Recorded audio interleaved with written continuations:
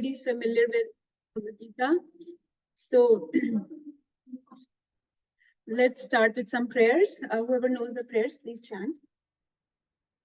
Om Ajnanatimirandhasya Jnananjanashalakaya Chakshurunmilitam Yena Tasmai Shri Gurave Namah Shri Chaitanya Manobhishtam Sthapitam Yena Bhutale Swayam Rupa Kadamahyam Dadati Swapadantikam Vandeham Shri Guru Shri Bhagavatam Shri Guru Vaishnavamscha Shri Rupam Sagrajatam Sagadhanam Satam Sajivam Sadhvetam Savadutam Parijana Sahitam Krishna Chaitanya Devam Shri Radha Krishna Gadam Savagana Shri Vishakha He Krishna Sindhu Veerabandhu Jaganpate Gopesha Gopika Radha Chandra Namaste Tate Vanshadharani Radhe Vrindavaneshwari Krishnasute Devi Pranamami Hari Priye Vanchakalptarubhyascha Kripasindhubhyayascha Patitanam Pavanebhyo Vaishnavebhyo Namo Namah Mukam Karoti Vachalam Pangum Lankaye Yatripatamaham Vande Shri Guru Dīnataranam Paramananda Madhavam Shri Krishna Chaitanya Ishwaram Krishna Krishna Bhakta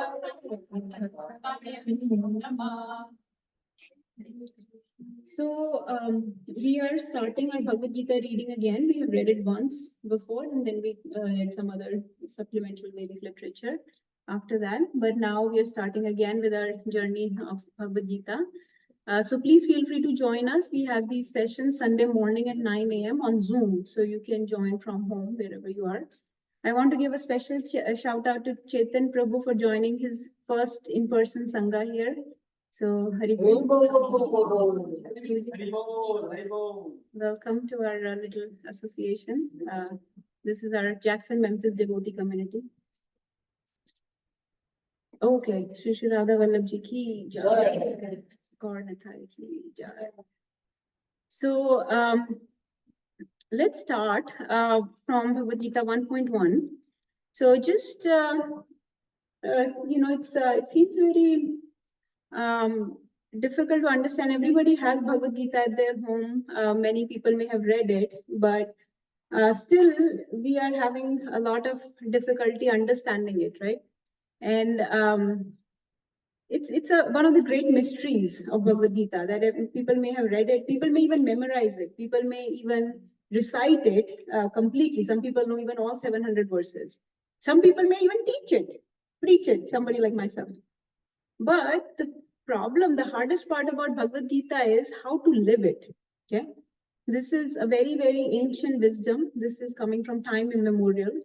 It's timeless wisdom. Okay, it is ancient Vedic philosophy. There are sutras, there are principles given in it on how to live your life, how to live as a soul in this material world, in this body, how to conduct yourself, what should be your speech like, what should be your actions like, what kind of food you should eat, what kind of people you should meet with, deal with. Why are different people so different in this world? What controls their faith? What controls their knowledge, their understanding, their moods? So everything is given in Bhagavad Gita. But the hardest part of Bhagavad Gita is to live it. Okay. So this time when we start our reading, please make a very deliberate, intentional effort in your life to not just read it for the sake of reciting it or learning it or showing off or anything like that. Really try to go deep into what Krishna is teaching us and try to make your life perfect. Because if really learned properly and lived properly, if you submissively, sincerely follow the instructions of Krishna, make a deliberate effort to apply those instructions in life, you will see that your life will transform. It is a tangible, like you will see tangible changes in your life, transformation happening in your life, in your heart. That is what we want from this particular reading of Bhagavad Gita now that we're starting again. So in Bhagavad Gita, the first chapter actually, so it is Bhagavad Gita, right? It is spoken by Bhagwan. It is song of God. It is song sung by God. Yet in the first chapter, I think you all know that there are 18 chapters. There are 700 verses in Bhagavad Gita. About 575 of those, not about 575 of those, are spoken by Krishna. But in first chapter, Krishna does not speak. So someone can say, why this first chapter is so important? Why are you paying so much stress on first chapter and especially on this first verse? Really, this first verse is one of the very, very important verses. It's spoken neither by Krishna nor by Arjuna, not even by Sanjay. It is spoken by Dhritarashtra. Okay. And Dhritarashtra is just like any of us. He's like an everyman. He's like a common man. He's like an ordinary person who has lot of difficulties, lot of problems, and we share a lot of those difficulties and problems. So we really need to know why Dhritarashtra said what he said. We really need to know this first verse to be able to understand what will happen in rest of Bhagavad Gita. And you will see, I will show you why this verse is so important. Let's go into the recitation of this verse. Many of you already know this. This is the first verse most people learn when they. Okay, before that, one more thing I have is Bhagavad Gita's interpretation. So there are many interpretations of Bhagavad Gita available. Some of you have read different kinds. Bhagavad Gita can be interpreted in many ways. When you are reading it, okay, you can read it on inspirational level, motivational level. A lot of people use Bhagavad Gita's knowledge for self-help or for motivational talks and all. Because Krishna teaches you how to conduct your life, how to achieve your topmost potential, how to be like the topmost functioning human in this world, right? So this can be used for inspirational perspective. It can be, you can use it for motivation. Bhagavad Gita can also be used for some people can interpret it for their personal motivations. Let's say if I'm a politician, I may interpret Bhagavad Gita in a way that Krishna is teaching us we should fight for our country. The main message of Bhagavad Gita is that one should fight for our country. We should be Deshbhakt because Arjun fought for Hastinapur. So we need to fight for the country. So somebody may derive that interpretation from Bhagavad Gita. Somebody else may completely misinterpret Bhagavad Gita and say that Bhagavad Gita teaches you to fight or wage violence in the name of God. That it's okay to kill people in the name of God. So some terrorist mentality people may use it in that way, that it's okay to kill other people in the name of God. So there can be many misleading interpretations in this world. So you have to be very careful of which Bhagavad Gita you are reading. So the Bhagavad Gita that we are reading is Bhagavad Gita as it is by Srila Prabhupada. So this is, you can see the picture on the screen. This is Bhagavad Gita as it is by His Divine Grace, Srila A.C. Bhaktivedanta Swami Prabhupada. So what is the difference between this Bhagavad Gita and other Bhagavad Gitas? Yes, this gives you some inspirational perspective, some motivational perspective. But most importantly, the essence of Bhagavad Gita is its devotional message. Okay. The essence is not only who you are, how you live in this body, how you live in this world. All that is needed to make you human. But then there is another level. Okay. The next level, after you have become a proper human, the next level is how to connect to the divinity, how to connect to God. What is the process of connection? What is that yoga? And which is the best yoga to connect to God? So the core message of Bhagavad Gita is actually, Krishna says, remember me, worship me, pay obeisances to me. Ultimately, he says, surrender unto me. So the core message of Bhagavad Gita is actually its devotional perspective. So yes, we can use it for other aspects also, for its especially for its inspirational and motivational teachings to achieve a great potential from your life. But more important is its devotional teaching to connect to the Lord. And it is said that if you apply that devotional aspect of Bhagavad Gita in your life, then all the other things happen on their own. All the other things, meaning Krishna talks about mind control, he talks about sense control, he talks about divine qualities, he talks about a great speech, he talks about control of body or austerities. All those things, he talks about acquiring knowledge, about being detached from the worldly connections, right? All those things will happen automatically if you engage with the devotional aspect of Bhagavad Gita. So this is the beauty of Prabhupada's Bhagavad Gita, that in this Bhagavad Gita, in each purport, you will see that Prabhupada is giving us a devotional message. That's why these are called Bhakti Vedanta purports, because Prabhupada has derived devotional meaning to each verse. So there is no verse that is just on mundane level, ordinary level. Each verse has a devotional meaning. Okay. So that's why we really stress upon using this Bhagavad Gita when you are reading. Okay, now without further ado, let's get started with the first verse.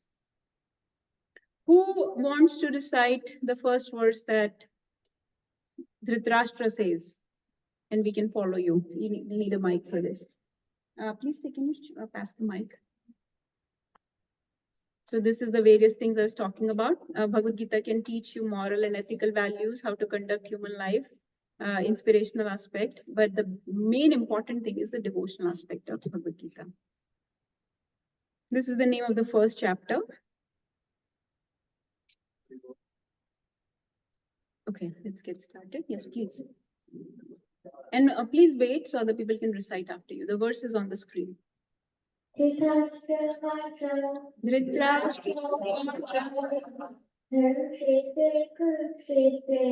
Dharam Kshetre Kurukshetre Samveta Yutsava Mamaka Pandavashtreva Kim Akurvata Sanjaya. Who else wants to recite? Yes. Kids want to recite? Let's have kids recite today. Yes. Without looking. Whoever is reciting, close your eyes. Dhritarashtra Vacha Dharmakshetre Kurukshetre Samveta Yutsava Mamaka Pandavascheva Kim Akurvata Sanjaya. See, I changed it to Hindi, so you can't read anyways. It's still in English down there, I thought. It's trying to trick the kids. Dharmakshetre Kurukshetre Samveta Yutsava Mamaka Pandavascheva Kim Akurvata Sanjaya. So, as you know, before we read the translation, as you know, this verse is spoken by Dhritarashtra. Uvacha means he spoke. Dhritarashtra said. So he spoke. And it is said to whom? Dhritarashtra is hearing this Bhagavad Gita. He's actually hearing everything that is going on in the battlefield of Kurukshetra from Sanjay. Okay, Sanjay is his chariot driver. So from Sanjay, who is also his friend, his chariot driver, he is hearing this complete, everything that is going on in the battlefield of Kurukshetra. And Sanjay has the divine vision. He has the Divya Drishti that is given to him by Vedvyas, okay, by Vyasadeva. So he's hearing that Sanjay is watching everything happening. It's like a television, you can say like a divine or mystic television, that he's watching everything happening on the battlefield. And he's now conveying all this to Dhritarashtra. So Dhritarashtra asks him, look at each and every word. Dhritarashtra says, Dharam Kshetre Kurukshetre. So he says Kurukshetra mein. So Kurukshetra is the battlefield. Okay. Kshetra means field. And Kuru means Kauravas. So in Kurukshetra, or in the field of Kauravas, Dharam Kshetre. Dharam Kshetre means the field where religion is upheld, where dharma is upheld. So in that field, Samveta. Samveta means all the assembled Kauravas, all the assembled people. Assembled for what? Yuyutsava. Assembled for fighting. All these people that are assembled for fighting. Which people are assembled there? Mamaka, my sons. Pandava, Pandu's sons. Okay. So my sons and Pandu's sons that are, Samveta means assembled. My sons and Pandu's sons that are assembled in the battlefield of Kurukshetra, which is also Dharam Kshetra. What Kim akuruvat Sanjaya. What did they do over there, O Sanjay? Okay, what did my sons and Pandu's sons do over there? So, listening to this, question. Okay, let's read the translation first of all. I don't have it on the screen. I'll just read it. Dhritarashtra said, "O Sanjay, after my sons and the sons of Pandu assembled in the place of pilgrimage at Kurukshetra, desiring to fight, what did they do? What did they do?" So Dhritarashtra has this question. Anybody finds anything weird about this question? Can anyone find something unique about this question? Yes. Yes, right. It is a very absurd question. It's like, okay, people have gone to restaurant. Huh? My family and your family has gone to restaurant to eat. What did they do over there? Oh, what will they do? They have gone there to eat, so they will eat, right? So what does it mean by they are assembled there to fight? And what did they do there? It doesn't seem like a very absurd question. Yes. I think that he's worried about his son. So we'll talk about that. You're on the right path. So this is not an absurd question. He's saying this is not an absurd question. It's not like to say, when we call someone, we say, "Aap kya kar rahe ho?" It's not like that. It's not just an obsolete question. It is actually a very loaded question. This means a lot to Dhritarashtra. What is going on there? What is happening there? Okay. And answer to this question, if we can understand Dhritarashtra's mentality, it will help you figure out a lot of things before you begin Bhagavad Gita. If you don't understand this question, it is very difficult to understand what happens in rest of the Bhagavad Gita. So that's why I wanted to take this as a very important verse. But now going back, before we address the absurdity of this question, another thing you might have seen, another thing to notice here is he says, Mamaka Pandavas Cheva, my sons and Pandu's sons. So this shows his very separatist type of mentality, because Pandu's sons, his younger brother's sons, were under his guardianship, right? He was their guardian, he was their caretaker. Pandu had already left, so he was supposed to be taking care of them. So he should not really differentiate my sons and his sons. It's like, think about it. Mother Kunti, if you know, she had 3 sons, right? Her last 2 sons, Nakul and Sahadev, were not really her sons. They were Madhuri's sons. Madhuri, who's the second wife of Pandu. So they were not really her sons. Yet, can you ever think of Mother Kunti as just having 3 sons? We always think of her as Panch Pandav, or Mother Kunti's sons, because she never differentiated. This is my sons and this is Madhuri's sons. Have you ever heard her say, my sons and Madhuri's sons? No. So and this was her the second, like, stepwife's sons, co-wife's sons. So co-wife is not as dear as a younger brother would be. Yet we see in case of Dhritarashtra that he is creating this divide, this separation between him and his younger brother's sons. So this already indicates what is a very important point about Dhritarashtra, which we all have. We all have this problem. And this is where we have to start Bhagavad Gita. We all have this problem. This is called bodily conception of life. This is called Dehatma Buddhi. This is called Aham Mameti. That whatever is just produced from my body, or whatever is just belongs to my body is mine, and I'm going to take care of that, and everything else I don't care. So this is the most dear, my kith and kin. This is it. This is my property. This is mine. Everything else is separate. I do not care too much. So this betrays his false ego, or false ego in Bhagavad Gita is called as bodily conception of life. So not thinking of spiritual relationship, not thinking, just thinking of bodily relationships, just thinking in a very narrow way, only of your immediate property, immediate bodily attachments and relationships and bodily identifications, right? So just taking care of those things, and that is my duty and my dharma. But not thinking that I am the king actually. Not only as an older brother, this was his under his care. Pandavas were under his care, but also as a king, he had a duty, because all the citizens are actually kings' children. All the citizens are under the guardianship of the king. So even as a king, he should not really differentiate and understand what is good for the kingdom. So this shows his bodily conception of life, his false ego. Okay. So this problem we all have. We are all very much attached to what belongs to us, what is directly coming from our body or what we have created in this world, what we have made and what we do. That's all that we are concerned with. So that's not a very good position. So that's something to understand. Then let's answer that question that he had. Now this question, like he was saying, Mataji, what's his name? What's your name? Huh? Srihari, yes, Srihari. How can I forget Srihari? Yes. Yes. If you can we get Bhagavad Gita, Mataji? Oh, okay, okay. Would you like to read, Prabhu, please? Just the word meanings is given the word translation. Word and meaning. Mic दे सकते हैं? ये mic वहीं पे रख लीजिए so we can pass around. ये mic बीच में ही रख लो.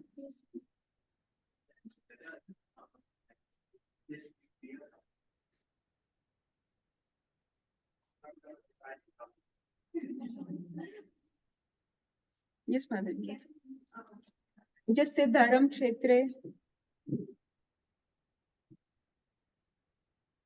Dharma Kshetre in the place of pilgrimage, Kurukshetre in the place named Kurukshetra, Samveta assembled, Yuyutsava desiring to fight, Mamaka, my party, my sons, Pandava, the son of Pandu, Cha and Eva, certainly, Kim, what, Akurvata, did they do? Sanjaya, oh Sanjay. So I was saying, just like Srihari pointed about this very important fact that this question, what did they do? Desiring to fight, he says himself, desiring to fight, what did they do? Which means there is a doubt in his mind. There is a doubt in his mind that maybe fight will not happen.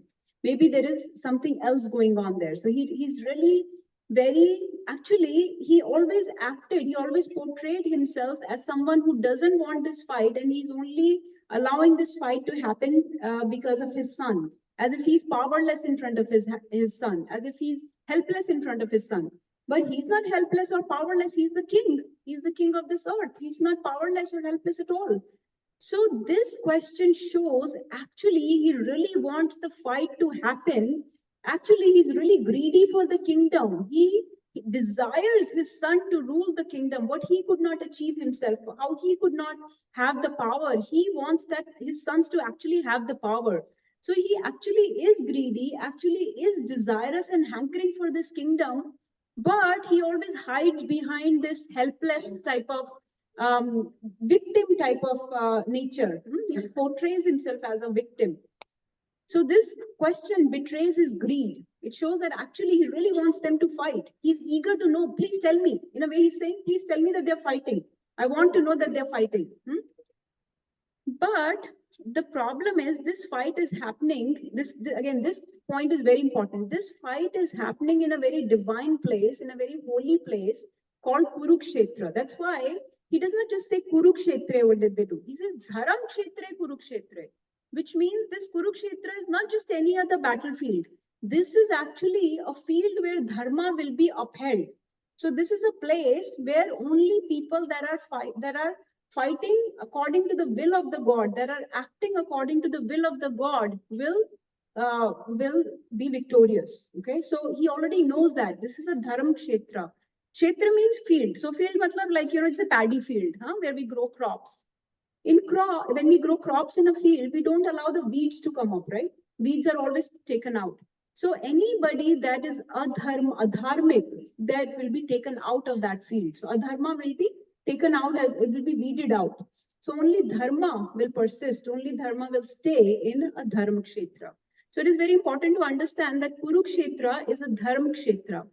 He refers to this point because he wants to know, in this holy place, is it possible that maybe my sons will suddenly have a change of heart? You know how it happens, like when you go to a temple, when you go to a dham, you don't want to do anything wrong, right? You don't want to offend anyone, you don't want to lie or cheat there or shout there or get angry you don't want to do anything wrong in a holy place, in a temple or holy dham. Why is that? Because these places have very strong divine potency, right? They're very powerful places. So in these places, even if some corrupt, sinful people go, they don't want to do anything wrong, at least in these places, right? So similarly, he's thinking, maybe now that my sons are there in Kurukshetra, which is a Dharma Kshetra, what if they decide not to fight? What if they have a change of heart and they decide that, okay, we should not fight? So he is very fearful of that. He's fearful that the fight will not happen. My sons might relinquish their claim on the kingdom, might change their mind about this war and retreat. Okay, maybe they'll just hand over the kingdom to Pandavas, knowing that Dharma is on the side of Pandavas. So he's very fearful of this. Why? Because he actually really wants the fight to happen. Okay. But by referring to Kurukshetra, he's also hopeful. What is he hopeful about? He's hopeful that the good nature of Pandavas will prevail and maybe they won't want to fight. Maybe they will say, let's not have a fight here. Let's not fight because it's going to cause a lot of killing, which Arjun almost did, right? Arjun almost retreated from the field. So he's thinking maybe the divine power of this place will not allow Pandavas to fight. Maybe they will relinquish their claim, and that will be very nice. That will be nice for me, for my sons. There will not be any fight, and I will get the kingdom. Will get the kingdom. So he's very hopeful that maybe Pandavas will make a compromise, but he's also very doubtful and fearful that maybe my sons will compromise. And he's also doubtful, fearful. What is his main fear? Not only that my sons will compromise, but if the fight happens, my sons will lose because this is Dharma Kshetra. Or not only lose, my sons might die. Not only they will lose, they will die.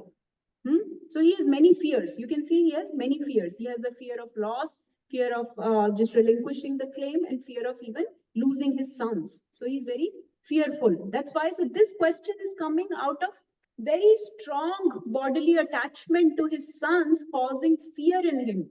So you have to understand this is our position. Anybody who thinks, okay, I'm not a Dhritarashtra, you have to really think again, because really we have very strong bodily attachments to our loved ones and our homes and our cars and our jobs and our wealth. Think about losing anything like that. It will be a great devastating loss for us, right? So he is bodily attached to these things, and the fear of losing these attachments is very great in all of us and in Dhritarashtra. This is the point where Bhagavad Gita is starting from bodily identification, causing fear. Okay, this is what we have to understand. Yes, Navya, please. Go ahead. Do you have a question? So now I want you to, so now you understand Dhritarashtra is fearful. Everybody understands that, right? He's fearful of losing his sons, of losing the kingdom, and not fighting at all, retreating. But what do you think about, I have three people on the screen. This is Dhritarashtra, this is Duryodhan, and this is Arjun. Actually, the first chapter of Bhagavad Gita, Krishna does not speak, but these people speak. These three people speak, okay? First verse, Dhritarashtra speaks. Later on, from third verse, Duryodhan starts speaking. Duryodhan, like we don't hear Duryodhan speak, we hear from Sanjay what Duryodhan is speaking. So Duryodhan is now speaking after. And then eventually Arjun will speak. So these are the three main personalities that are speaking in chapter 1. That's why chapter 1 is so important, because we see all three's perspective. We see what is going on in the mind of all three of them. And that's why, again, so I'm coming back to this point that this first chapter, don't skip it, because it's very important for getting into the right mindset of reading Bhagavad Gita. So in this chapter, not only we see that Dhritarashtra is fearful, actually Duryodhan and Arjuna are also very fearful. Okay, so Dhritarashtra's fear, you understand that his fear is of losing everything. Everything. His fear is described by our teachers that his fear is in mode of ignorance. Okay, his fear is very tamasic fear. He is so much in fear that he's almost frozen. He's almost paralyzed. He does not know what to do. So he's just asking Sanjay, what did they do? He's just sitting there asking questions. He doesn't know what to do. So he's paralyzed in fear. he's hopeless, but he's hoping against hope that my sons will win. So he's in a mode of ignorance. He knows that he has made all the wrong decisions. He has supported adharma. He knows that his sons are not fit to rule, yet he has supported them. So he knows that he's on the wrong side. So he's almost paralyzed with fear. Duryodhan, why is so this is the situation of Dhritarashtra. Duryodhan, we see in next verse, if you have your Bhagavad Gita, you will see in third verse, Duryodhan goes to his teacher. Okay, who is his teacher? Dronacharya. Duryodhan goes to Dronacharya and starts talking to him. What does he talk to him about? He starts showing Pandava's army. Let me show you that verse. It's a very interesting verse. So he starts speaking to, as you see, Dronacharya. And what does he say? He says,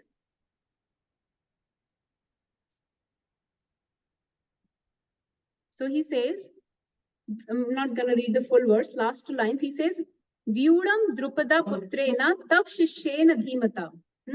He says, look at this Pandu's army. Look at this Pandava's army. Okay, O Dronacharya, look at this Pandava's army. And look, what Drupad Putra. Who's Drupad Putra? Drishtadyumna. Sorry, go ahead. Drupada's son. Who is that? What's his name? Drishtadyumna, right? Drishtadyumna. So Drishtadyumna is the army, is the general of the Pandavas army right now, right? So he has created a formation for the army. He has created how the army is assembled. Drishtadyumna. So he says, look, Drupad Putra, Tav Shishena Dhimata. This is the doing of your disciple. So he's like going to Dronacharya. Dekho, tumhare shishya ne kya kiya? He's like taunting Dronacharya. Look, you trained this fellow. So he's pointing Dronacharya's mistake to him. He's saying, Dronacharya, look, you are so foolish. You knew that Drishtadyumna has come in this world to kill you. He is being brought into this world just for one purpose, and that is to kill you. You trained him into martial arts yourself. And that person, that Drupad Putra, Tav Shishya, your Shishya, did all this. So look what your Shishya did. So what does he do? So Duryodhan, by this verse, you can see Duryodhan is also very fearful. What is he fearful about? He is fearful of not winning. He's fearful. He did not really think that Pandavas will be able to assemble such a huge army. Okay, he thought, okay, they're in exile for so many years, and I'm here making alliances with different people, with different kings, and I'm flattering them, and I'm taunting them, or I'm somehow subjugating them. So by different diplomatic maneuvers, somehow or the other, Duryodhan had assembled a very big army, and he did not think that Pandavas could assemble such a huge army. So when he saw them face to face, he's like, how did Pandavas get such a huge army like this? He said, look, your Shishya, your dear disciple did this, Drishtadyumna. So he is also fearful. He's fearful of losing the war. He's fearful of losing the kingdom. But what is his solution for this fear? His solution is that he uses diplomatic, various diplomatic tactics or political manipulative type of tactics. He either flatters people unnecessarily, or he just chastises them unnecessarily, or he's very aggressive with them, or he taunts them like this. So he's taunting Dronacharya, and then he will try to go to Bhishma later on and try to emotionally blackmail him. So in this way, he's just using various tactics to keep people on his side, to keep people fighting for him. So, so his fear is described in mode of passion. It is described as Rajasic fear, where somebody is very fearful, but they're also very ambitious. So they use various tactics to manipulate people. Somehow or the other, they bring people's weaknesses to use against them. They find people's frailties, negative points, and then they bring them up to use against them. Like he's saying, okay, remember you picked a fight with Drupad, and so now Drupad Putra has done all this. So he's like reminding Dronacharya of that problem long ago. So Dhritarashtra is in mode of ignorance. Duryodhan is in mode of passion, but both are in fear. Okay. What about Arjun? So just so you know, this chapter 1 is sometimes called observing the armies. Okay, observing the army means Sena Nirikshan Yog. Okay, or sometimes it is called Arjun Vishad Yog, Arjuna's lamentation. Okay, Okay, so there are two names given to it. Actually, the first part is dedicated to observing the armies, and the second part is dedicated to Arjuna's lamentation. Okay, so there are two parts to this chapter, the two broad parts of this chapter. So what about Arjuna? Is he fearful? Is he in fear? What is his fear?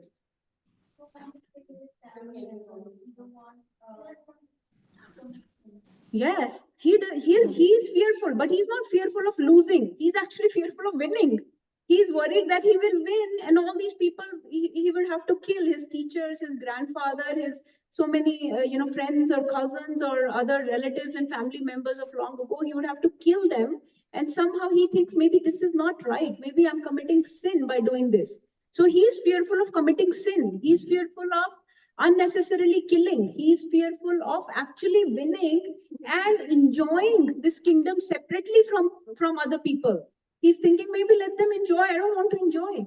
So he's also fearful, but his fear is described in mode of goodness. Okay, his fear is described as actually very sattvic fear, because it is not for himself. He's not fearful for himself. Okay, he's not fearful of losing something of his own. He's fearful that other people are going to suffer because of him. Right? Dhritarashtra is fearful for himself. Duryodhana is fearful for himself. Hare Krishna, can we all join for the class, if possible? Mataji can eat here, if possible. Can she eat here? Yeah. Mataji, you can come and eat here.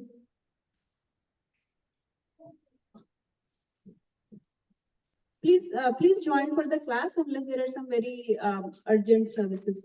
Hare Krishna.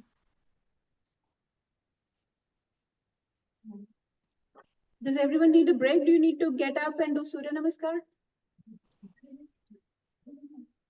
Okay, Ravi Prabhu, थोड़ा कुछ योगा कराइए 2 minute. क्योंकि आज पहले खाना खाया ना, उल्टा हो रहा है आज. So everyone seems a little sleepy. माता जी ऊपर बैठ जाओ ना, ऊपर बैठ वहाँ पर.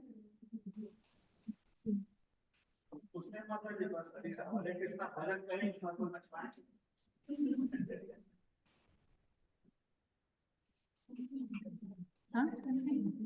Okay, no, everybody is roaming around. So.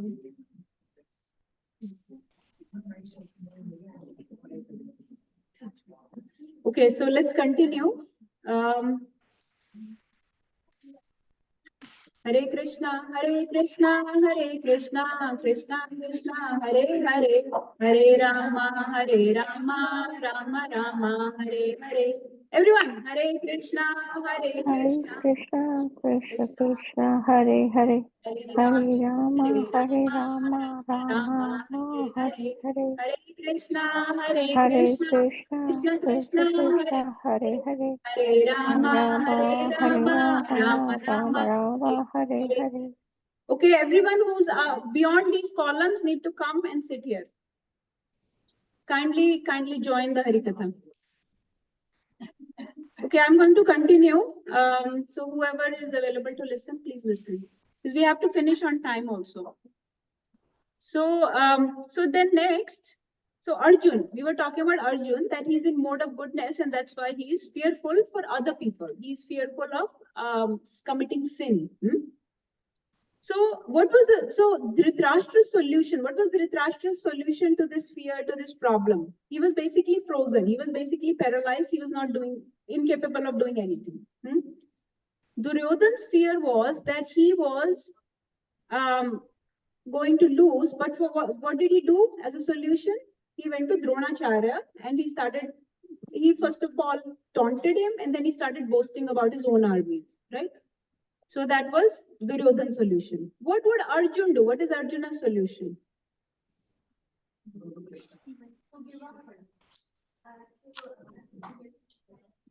Yes, so Arjun did, what did Arjun do? Arjun went to Krishna, not for guidance. He didn't go for guidance initially. What did he go for?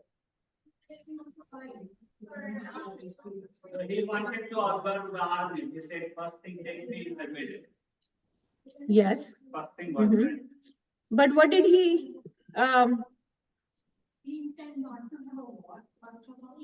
So Arjun, he started expressing his very sincere doubts, very sincere, problems about this war. Very sincerely, he started expressing his feelings to Krishna. Okay. So that is what he did. Yes, he went in the middle of the army. He saw everything. Then he became doubtful, right? Then he became fearful. So after this fear came to him, he did not just suppress it. He just not use some political diplomatic tactics to overcome it. He did not just get paralyzed, but he very sincerely, very simply, very tearfully, actually, very emotionally, he started expressing his fear to Krishna. Okay, so that is the mood of a proper devotee. That is the mood of hearing Bhagavad Gita. Okay, so that is why you will see that Bhagavad Gita was not spoken to Duryodhana. Why is it not spoken to Duryodhana? He is also fearful. All three are fearful. Dhritarashtra is hearing it passively. Huh? But between Duryodhana and Arjun, why is Arjun a better candidate? Can somebody point out a couple of things to me? Yes, Vinita. Okay. So I just used a word called simple. I said he's very simple-hearted. Yes. Also, he's not like, he's with the guidance, but he's not taunting his teacher. Yes. So he is. Yes. He's asking for everything. Hmm. He's not envious of Krishna and afraid of Krishna. He is not offensive. So the problem with Duryodhana is that Duryodhana is outwardly very respectful or very polite, but inside, he's full of spite. He's full of offenses. Okay, he is very spiteful, very envious type of person, very offensive type of person. He's full of arrogance and pride. So he's not able to express his fears to anyone. He is just blaspheming, or he is just pushing people around. He's like a bully, basically. Whereas Arjun, once he realized he has some doubts, he has some questions about this fight, he does not feel comfortable engaging in this fight, he expressed that very simple-heartedly to Krishna. So simplicity is one of the ornaments of a devotee. Okay, saralta hi Vaishnavta. Simplicity is what will bring Bhagavad Gita in our heart. So we have to become simple. And we are not simple. Anybody who thinks that they are simple, actually that is the reason why we have not been able to imbibe Bhagavad Gita in our life. Because we are pretending to be simple, but inside we have a lot of complications. So until you become simple in your heart, you can read, you can recite, you can learn Bhagavad Gita. Somebody can memorize all 700 verses. Somebody can even preach it, but they cannot live it. When the time comes to invoke Bhagavad Gita in your life, it will be very hard to remember those instructions because it never really took roots in your heart. So this knowledge, in order to take roots in your heart, we have to become simple like Arjun. So that was the one quality of Arjun. Now I'm a doctor, okay? So I really like problems and solution, okay? The first chapter of Bhagavad Gita, the first verse of Bhagavad Gita is so important to us. I'm going back to my original conversation. Why is it so important? Because we understand that Prabhuji, aap aa jaiye abhi. Baithiye. So the problem is that Dhritarashtra is in bodily conception. He has attachments, right? We understood that problem. That attachments is causing fear, because when those attachments are broken, it will cause fear. So that fear causes this is the problem. That fear causes weakness of heart. Okay.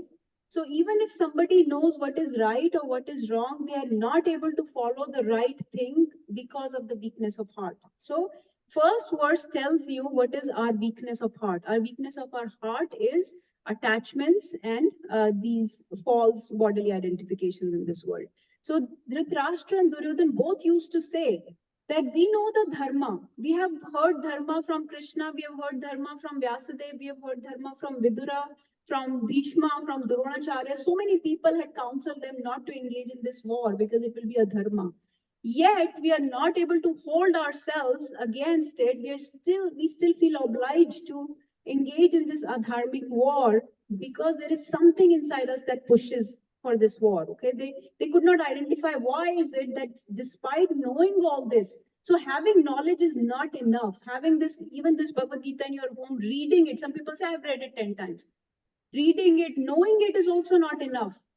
Because people know the difference between dharma and adharma, yet they are not able to apply dharma because of the weakness of the heart. Krishna calls it in a verse, he calls it Hriday Dorbalyam. So Krishna diagnoses this problem. So we cannot, that's why I do not care about chapter 2 to 18 actually. Unless you identify your problem, we cannot go into, because 2 to 18 is solution of the problem.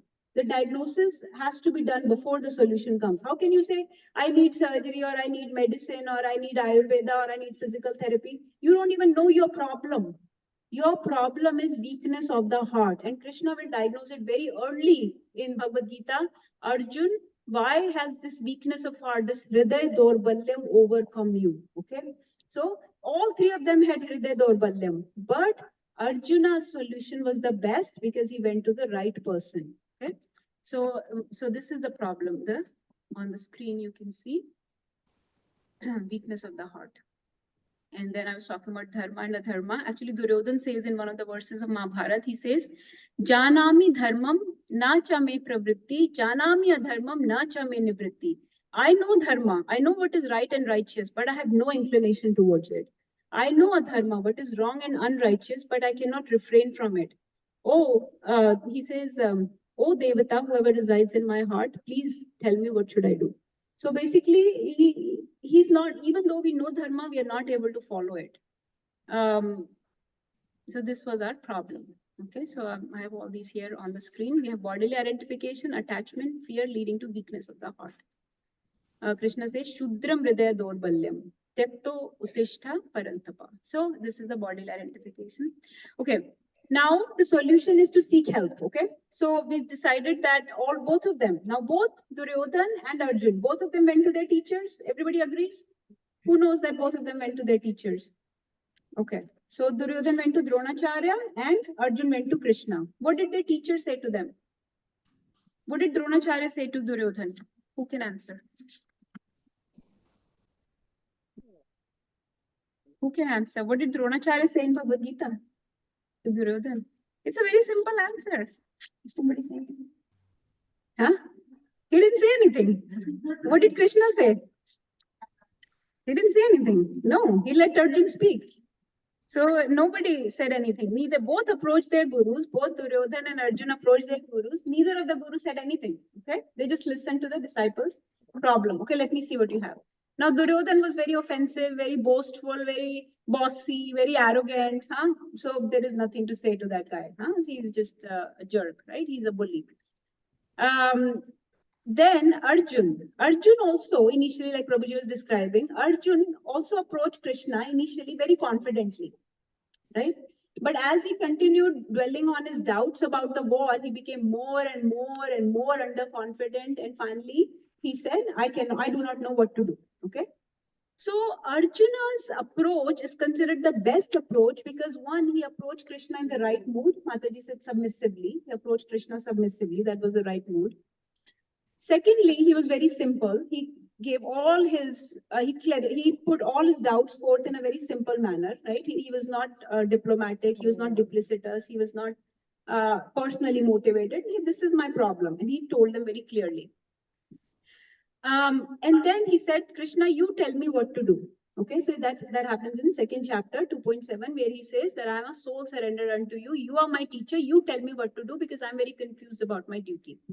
And then right after 2.7, so I think most of the people know that verse here, right? 2.7, Karpanya Dosho. Right after that verse, he says, okay, I'm a soul surrendered unto you, Krishna, but I will not fight. What kind of surrender is this? You just said, I'm a soul surrendered unto you. Now you need to hear what he has to tell you, right? But he has to give you instructions now. You can't say, I'm surrendered unto you and then make your own decision. If you're surrendered unto someone, then that person has to tell you what to do. So without waiting for Krishna to speak, he says, but I will not fight. So he put his Gandiva down and sat down on the chariot and he says, I will not fight. So initially Arjun, even though he was submissive, he was not offensive, he was the right person, simple person, pure-hearted to receive Bhagavad Gita. but he did not have surrender. Even though he said it, he did not have surrender. He did not have surrender until 18th chapter when he finally says, Karishye vachanam tava. Now I will do what you say. So, pura Bhagavad Gita sunne ke baad, then he says, but this 2.7, he did not have surrender. Because immediately after he says that I will do what I want. So sometimes we do this. We go to our guru and we tell them, hey, this is what I want to do. So you listen to me. This is what I want to do. So you better tell me accordingly. This is I do this. This is what I want to do. Yeah? This is my list of things. Huh? So then guru has to give you instructions according to what I want, not according to what he wants. This is our nature, right? So we have to understand this. We have to understand. We are like this. We are not the Arjun that said Karishye Vachanam Tava. We are the Arjun that said that Shishyasteham Shadi Mamtvam Prapannam. We are externally surrendered. We are very superficially, outwardly surrendered. We have to know this about ourselves. We have to be very clear about this. Even though someone may have guru, someone may have shiksha guru, diksha guru, someone may have mentors, guides, they're not really ready to listen to anybody. They just want to do their own thing.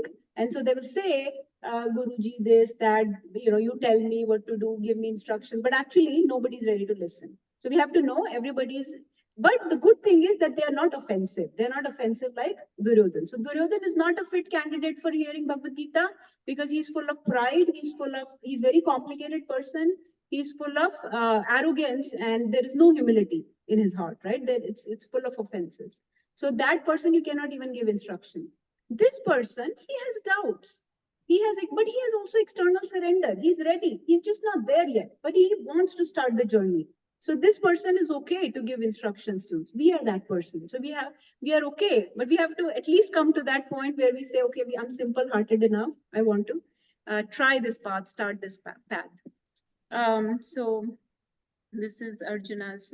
So he seeks help, and he seeks help in the right mood. Okay. I'm just going to wind up in a few minutes here. So this is his qualities. He's not offensive. He's prideless. And he is simple. He has doubts. Okay. Now this is the most important last point. Okay. Arjun has doubts. We have doubts. Does anyone here have doubts? I have a lot of doubts. I hope everyone has doubts, right?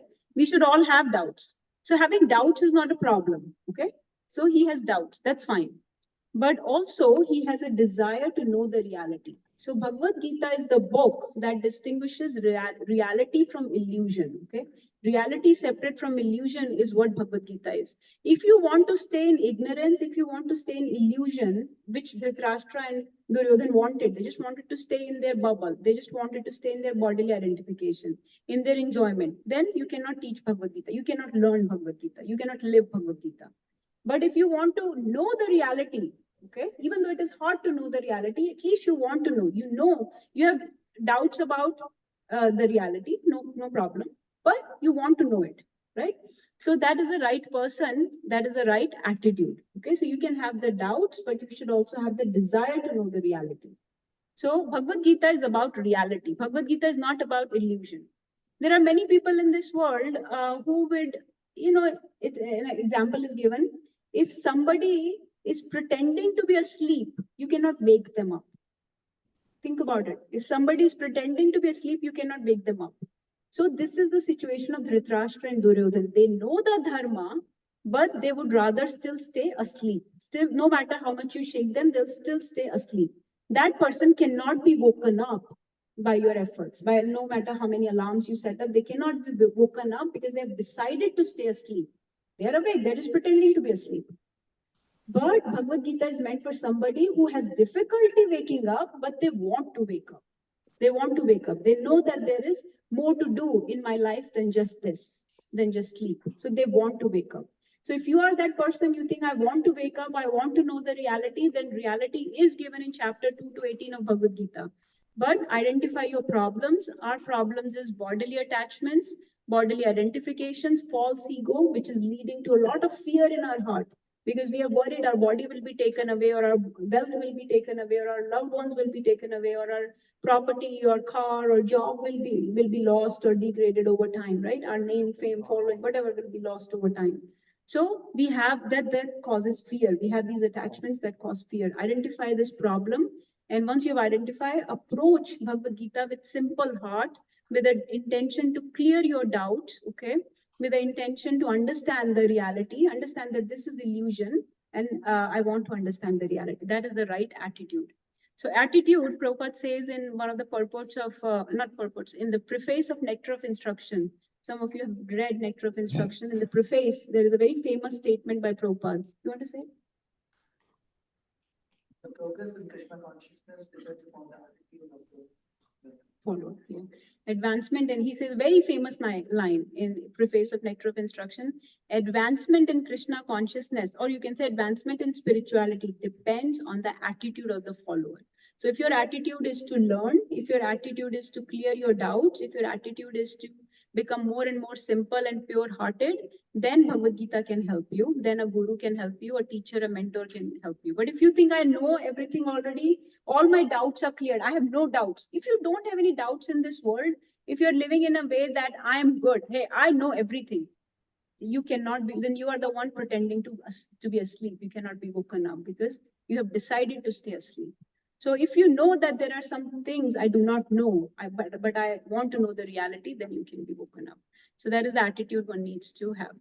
So that's why Bhagavad Gita, I'm coming back to this point I touched before. Bhagavad Gita is called open mystery because it is available. The book is available to everyone, but hardly 0.0001% people, even those that are supposed to be very well learned in Bhagavad Gita, cannot actually really understand the mysteries of Bhagavad Gita. It is an open mystery because unless we cultivate the soil of our heart, Bhagavad Gita's knowledge will not be revealed. So no matter how much you read it, it will not be revealed until we really start cultivating the soil of our heart.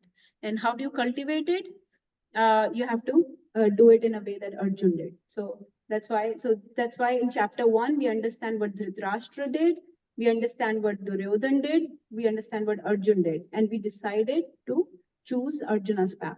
Why? Because Duryodhan's path was not right. Dhritarashtra was in mode of ignorance, completely paralyzed, just fearful, just attached to his kingdom and attached to his sons. Duryodhan just attached to winning and using all kinds of tactics to win, mode of passion. We do not need that path. He's taunting his guru and whatnot. Arjun, very simple, very submissive, pure-hearted. Yes, doubtful right now. Yes, superficial surrender right now, but he will get to a point. You see that he became victorious. So your attitude will decide whether you will be victorious in this life or not. So if you have an attitude like Arjun, you will be victorious in this life. But if you have an attitude that I know everything, nobody can teach me anything, I do not have anything more to know, more to learn, this is all this ignorant world that I see around me is everything, then it is very hard to know the reality. So method of understanding is same as how Arjun understood it. This is where I wanted to mention that Arjun had superficial surrender here. He was saying, I want to do what you say, but then he again says, so 2.7, he said that I'll surrender unto you, right? Then 2.9, he says, this is a very famous line. Na yotsya iti govindam uktva tushnim bhabuvaha. So he said, Govinda, I shall not fight, and fell silent and sat down. So he said, oh, Govinda, I shall not fight. So you just said, I will do whatever you say. So, but this is okay. No guru, no teacher, no mentor expects complete surrender from their disciple. Then they know ki kitne pani mein hai. So they know that we will only express very superficial surrender, but that's okay. At least there is superficial surrender. And on a daily basis, we have to surrender. And how do you surrender on a daily basis? Through chanting of the holy names, through reading of Bhagavad Gita and Bhagavatam, through eating prasadam, through association of devotees, right? Through deity worship. These are the ways you cultivate that surrender every day. This is just some steps that are given in chapter 1 that I wanted to show you. Chapter 1 is where Arjun introspects. He becomes very aware that this is probably not the right path.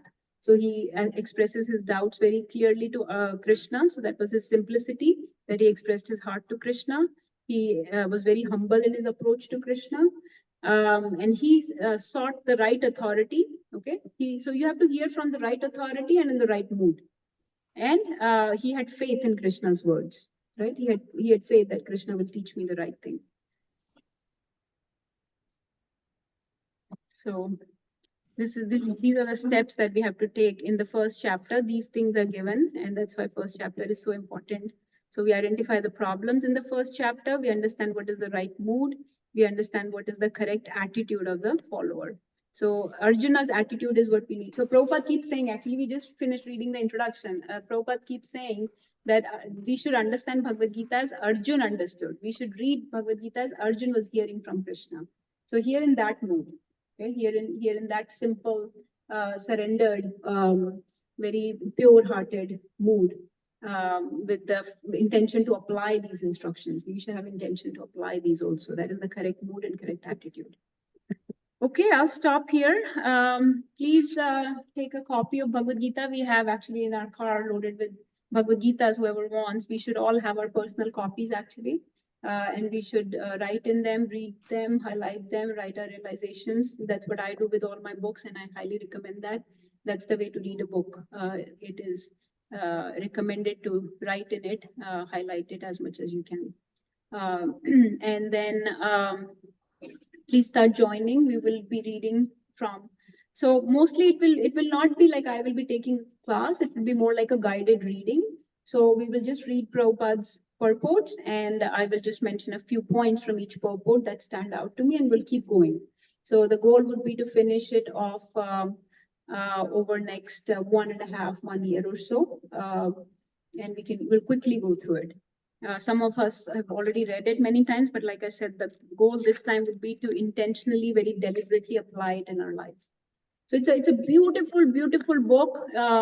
There is no other book that I would recommend more than reading this.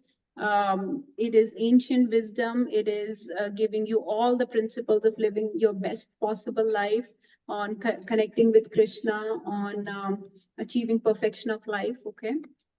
Whether you take it in inspirational perspective, whether you understand it through spiritual perspective, whether your goal is liberation, whether your goal is to just perform well in your duties in this world, whether your goal is to achieve the devotional service of Krishna, it helps you accomplish all those goals.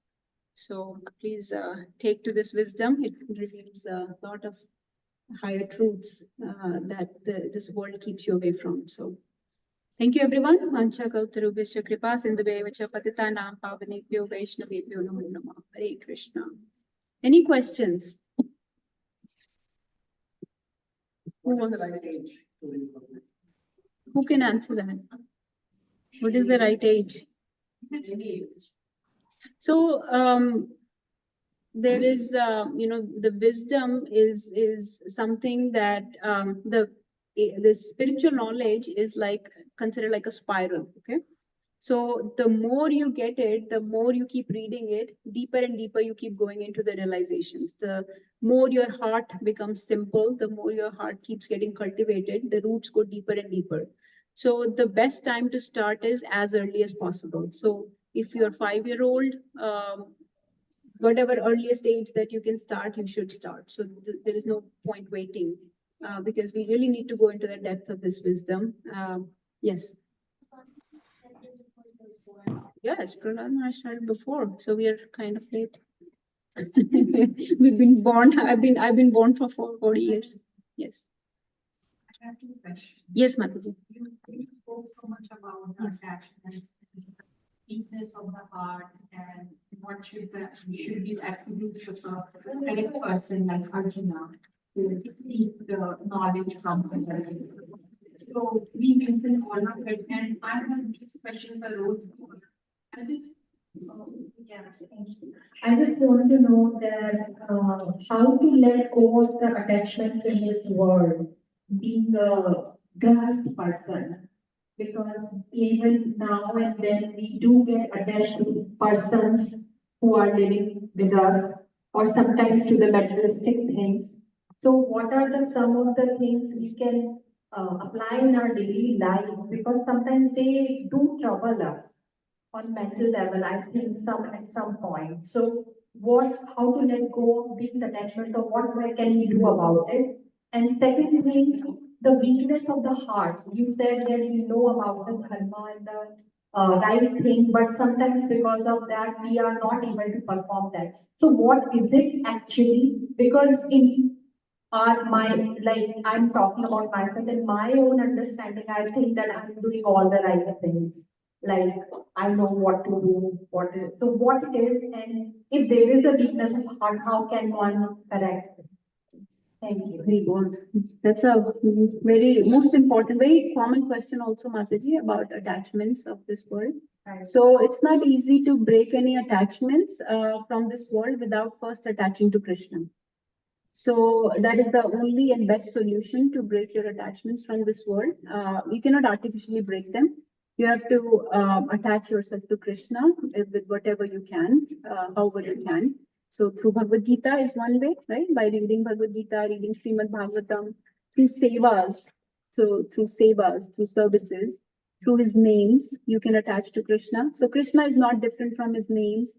He's not different from his form. So whenever you do deity worship, you can attach yourself to Krishna through deity worship, through books, through doing some services from him. So this seva, this swadhyay, this sadhana, all this goes in breaking your attachment. So whatever, it's a daily effort Yes. which we do Yes. in order to connect to the Lord Supreme, and that will keep us those things at the bay. Yes. And Yes, then- madam.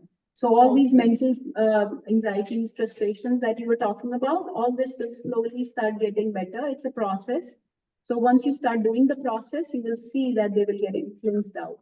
You will not be bothered as much by the worldly problems and frustrations and anxieties. And you will, because you'll be so attached to Krishna. And Krishna is the source of all pleasure, all bliss, all love, right? So when you attach to him, yeah. Understanding, like, I think I'm myself as a godly person. I don't know if I'm actually, only he knows, but I think in my eyes that I'm a godly person and connected to him. But sometimes, you get attached to the person who are living, like sometimes to a son or for, your parents, and sometimes to start things bothering you due to because of attachment. Like my husband sometimes says that, okay, this is because you are too attached. So he says it on and often. So how does it occur if I'm Yes. connected to God and worship him and makes a daily effort? And So Mataji, we have to take care of our dependents. We have to take care of all the things that are given to us, including kids, husband. So that's not necessarily any undue attachment. That's not any bad attachment. That's a attachment that you need to take care of. Basically, it's a responsibility. It's a service given to you, right? So do it in a way of service. Take care of everything as you would serve, as if you're serving Krishna. But also, this is more about internal detachment, which means that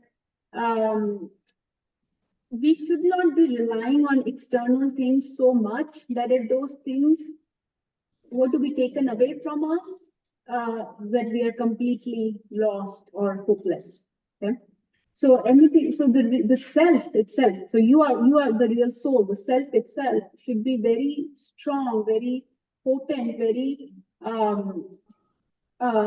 connected to Krishna in such a way that all the external worldly attachments are more your services and not something that you are dependent on. Not you depend only on Krishna. Okay. And you take care of everything else as if they are given to you by Krishna for taking care, right? so you need to have a mindset with Seva bhav. Seva bhav. Yes. Like in the form of service you are doing all worldly things. Yes. Then you can be Yes. Yes. So You're he there. has given those things to you, and it's possible those things may be taken away.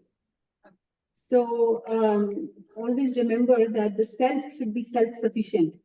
So it should be dependent only on Krishna, but other than that, it should not be so dependent on externals that if those externals are lost, that you are broken.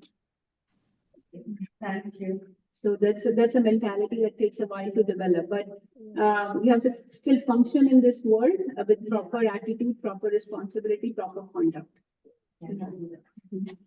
So this will come through reading Bhagavad Gita and applying it on a daily basis. It's a daily application. I really think that we are not really making we need to make deliberate effort to apply it in a day-to-day life. So There are only, I think, the pure devotees that I feel that are able to do that. We are not at that level. So we have to make a very disciplined effort of applying Bhagavad Gita in our daily life. And the weakness of heart, Mataji, like second question. Weakness of heart is basically this, right? The fear of losing these attachments. Okay, this is the only thing. They both are related. Yeah. So Okay. attachments create fear or weakness So of it heart. is also can be compensated or sufficed through the connection with the Lord Supreme. Yes. So the answer is one, I think, Answer to is all very one. questions. Yes. Follow the process. Connection Follow the with process. the- It's a scientific process. You follow it, you do the experiment, and you will see the results. Yeah. But you have to do the experiment in a very deliberate way, deliberate, intentional way, meaning that there is a set time, there is a particular practice you're following. So it's not enough to say that I'm a godly person or divine person. You have to have a certain set of practices through which you prove that godliness or that connection to More the work divine. is required. Yes. So, practice of connecting to Krishna's name, a practice of reading Krishna's books, a practice of hearing or speaking Krishna's name, about Krishna's name, fame, qualities, pastimes, right? About doing some tangible service.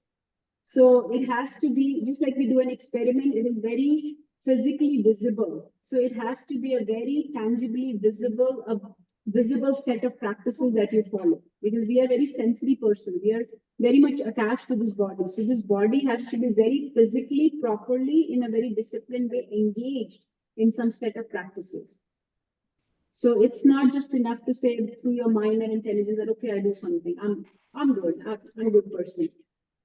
There has to be something. It's like your parents live in India, let's say, like my parents or my in-laws live in India. So I have to make a deliberate effort to call them, otherwise the connection will be broken. Otherwise the relationship will be broken. So unless I make a deliberate effort to call them. So we have forgotten our relationship with Krishna. Unless we have a deliberate set of practices to re-establish that connection, to re-invoke Krishna consciousness in our life, it's not enough to just think of Krishna. Yes, he's absolute. Yes, he can understand your thoughts, but there should be a tangible process. More work is required. Yes, ma'am.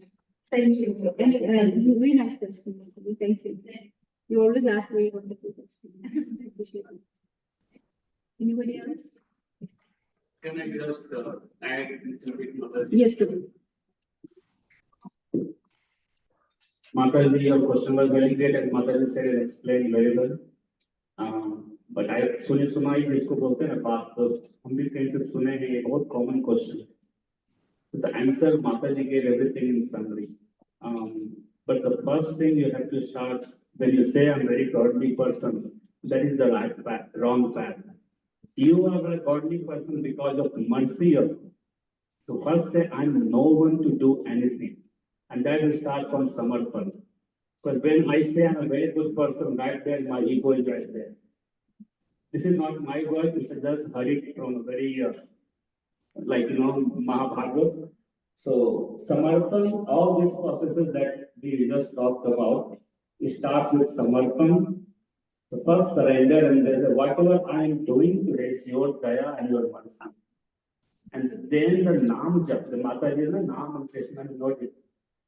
The Naam Jap se jab bal aayega na, everything wo bal se nikal jayega.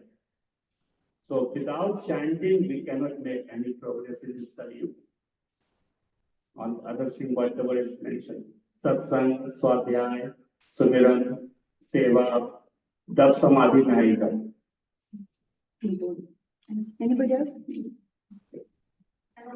Can you pass the mic? The same way, I was going to one of mental disturbance, but when I went to Mataji, and I got by mercy of Krishna, I got very associated. I'm much better to Krishna right now, otherwise I was going through depression.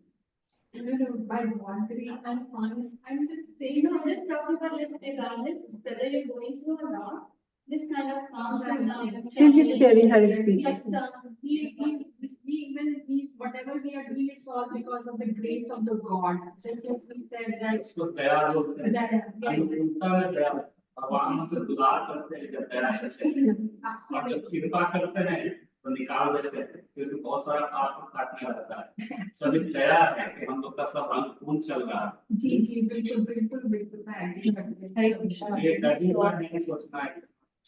जी जी हम तो एकदम बहुत प्रतीत है, जो भी हमसे हो रहा है बस आपकी कृपा से हो रहा है, आपकी दया से हो रहा है। Prabhuji, let's hear from her. Mataji is asking a question. Yeah, I just wanted to share reflections from the class and also my realization. So, like Mataji said, the first chapter is very important, which is to realize or like identify the problem. So, it's my own realization. Like most of the time, we don't know the problem, and then we unnecessarily start reaching to conclusion or searching for a solution. And that is where probably we spend or waste so much time. So, scriptures like Bhagavad Gita, it is such a, I would say, great guidance to first of all, understand, how we can identify our problem. And once the problem is identified, you reach out to the guru, how Arjun has reached out to Krishna. So it's such a life teaching lesson, like how you can approach your life basically. So yeah, and again another realization in today's world, I have to deal with so many youngsters. So I see that they don't share their problem. Like forget about teacher or forget about that searching for a guru or anything. Even with parents. So I just feel that this is where probably in today's world we are lacking so much. So first thing is to share the problem, talk to your parents, talk to your teacher, and listen what, or if you're not able to identify, your teacher or your parents will help you. So yeah, chapter 2 to 18, it's about the solutioning and your teacher or parent will guide. So that's what I'm trying. Thank you. Hare Krishna. That's why the first point I put here is introspection or awareness. So I really don't think anybody sits down to introspect. I was talking to Nagarjuna Prabhu the other day. We have to have a deliberate practice of introspection also. So all of these things have to be done very intentionally. So introspection or awareness is not by speaking. It's not even in chanting because we are not really connected. We are not really very focused on Krishna's names. It is really by sitting and thinking what my problems are, what my weaknesses, what my strengths, what my faults are, what are my good things, what are my bad things, what things where am I entangled in this material world and where am I attached in the spiritual activities? Because like Mataji was saying, in order to detach from this material illusion, you have to attach yourself to spiritual reality. So where am I entangled in this world and which aspect I can attach to in spiritual reality? So you have to have this knowledge about yourself because this is about self-realization. This is not about a realization of him for me. This is not about realization of her. It doesn't matter. None of that matters. They each needs to work on themselves and introspect and think where my problems are, and then somebody can address you.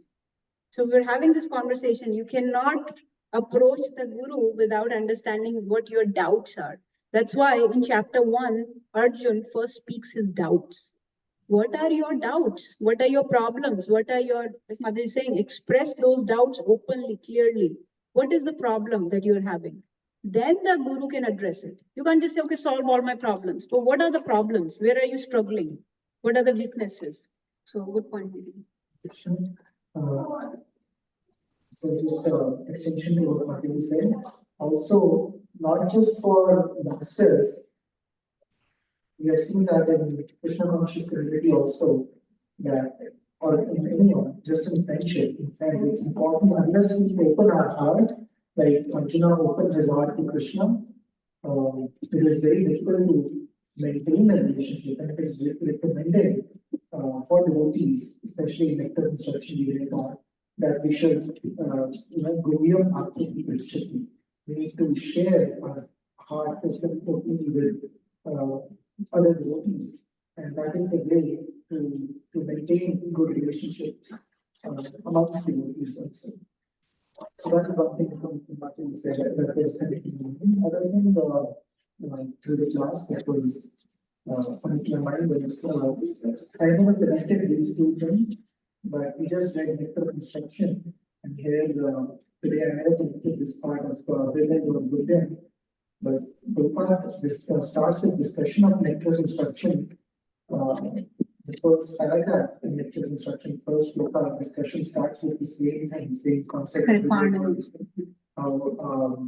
How Parikshit Maharaj asked this question about how we are, how people know what is wrong, what is right, and still they end up doing the wrong things despite knowing what is right and wrong. So that is, so I just made that connection for the first time. I think Bhagavad Gita also starts the discussion. So that's why Dhritarashtra and Duryodhan were lost in the path of adharma, and Arjuna was almost going to commit adharma, but he was saved from committing adharma because he approached the right person in the right mood. So this is, so he identified his problem. He chose the right person to solve his problems. So that was the right solution. So then we will hear about solution when we read Bhagavad Gita. So Mataji was asking about solutions, but I gave you in a nutshell, but that's the whole Bhagavad Gita. That's the solution that you were asking of our problems, but good that we are identifying the problems at least. So thank you everyone for joining. We'll stop, we'll do some little more kirtan and then finish our program. Please join next Sunday. We won't have class tomorrow because we just did this today. So next Sunday, 9 a.m. we'll join again. Thank you, everyone. Hare Krishna, Srimad Bhagavad Gita ki, Jagat Guru Srila Prabhupada ki, to the assembled devotees. All glories to Guru and Garanga. Hare Krishna.